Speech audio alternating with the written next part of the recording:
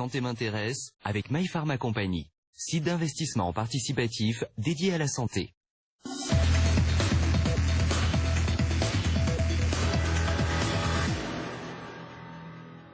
Et nous parlons d'un nouveau traitement dans le domaine des cancers, alors avec une application particulière au cancer de la vessie. Mais comprenons ce mécanisme avec votre invité, le professeur François Desgrandchamps. Vous êtes urologue, vous dirigez le service d'urologie à l'hôpital Saint-Louis et vous dirigez également une unité de recherche au CEA. C'est quoi ce nouveau mécanisme, cette nouvelle façon de traiter le cancer? C'est de prendre en compte non pas seulement le cancer lui-même, mais l'hôte, le malade. Et en fait, d'arriver à renforcer les défenses naturelles du patient. Pour ce faire, parce que normalement, le système immunitaire, il devrait combattre les cellules. Pourquoi est-ce qu'il ne le fait pas? En principe, le système immunitaire est capable de détruire toute cellule anormale, donc les cellules cancéreuses.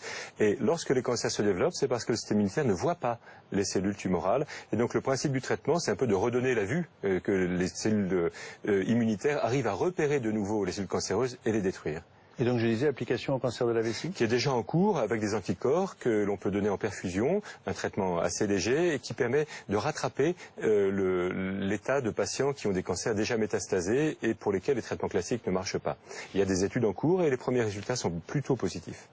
Avec une ouverture vers d'autres organes, vers d'autres cancers? Oui, parce que ce sont des mécanismes de résistance au système immunitaire qui ne sont pas spécifiques de la vessie, mais que l'on trouve également dans le mélanome, que l'on trouve dans le cancer du rein, qu'on le trouve dans le poumon également. Et donc on est à l'aube d'une dizaine d'années de nouveaux traitements des cancers qui vont être associés aux traitements classiques comme la chimiothérapie ou la radiothérapie, ou les remplacer, mais en tout cas on est à l'aube de toute une ouverture de nouveaux traitements pour les 10 ans qui viennent. Voilà, plein d'espoir que François Desgrandchamps voulait partager avec vous. Moi, je voudrais juste partager avec vous, parce qu'il a une autre passion, c'est de marcher, ce livre, Compostelle, recettes du chemin. Ce sont à la fois des recettes tout au long de ce pèlerinage de Compostelle. Je vous le conseille, on se régale. Et puis, n'oubliez pas votre rendez-vous du week-end dans la page santé du Parisien Magazine.